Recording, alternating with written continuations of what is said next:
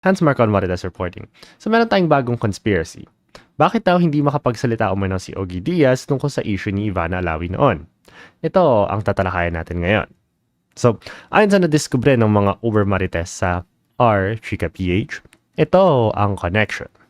Si Abby Benitez ay isang shareholder ng DG Plus Interactive. Hindi na kasing dami ang shares niya ngayon dahil may mga binenta siyang shares noong kumakailang December 2023. Pero meron pa rin siyang 4.3 billion pesos na halaga ng shares. Ang Bingo Plus ay nakasailalim sa DG Plus Interactive. I mean, tignan nyo na lang yung logo. Ngayon, syempre, si Abby Benitez ay eksperto sa social media at impluwensya sa pamamagitan ng PR. Isa sa mga paraan upang makapagtaguyod ng PR ay yung mga public celebrity kuno na ang role nila ay pagiging marites, tulad ni Ogie Diaz. Ngayon, ano ang kinalaman ni Ogie Diaz dito mismo? Tignan nyo na lang itong picture at malalaman nyo agad. So, tama ang hula nyo. Si Ogie Diaz ay sponsored ng Bingo Plus. Ano ang ibig sabihin nito?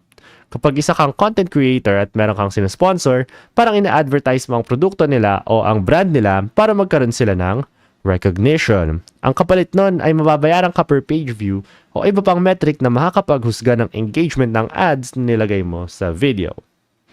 Ngayon, ano naman ang magiging epekto nito sa content mo? Ngayon, syempre kapag binabayaran ka ng sponsor mo, alanganin namang sasabihin mo na masama ang tao na sinusponsoran ka ng kanilang kumpanya. Kasi may kasabihan na don't bite the hand that feeds you. So bakit ka gaganti? Kung may masama silang ginawa, sinusponsoran ka nila. Ang problema kasi dyan, nakompromiso na ang integridad mo bilang journalist kung meron kang mga pinoprotektahan, kung meron kang mga kasinungalingan.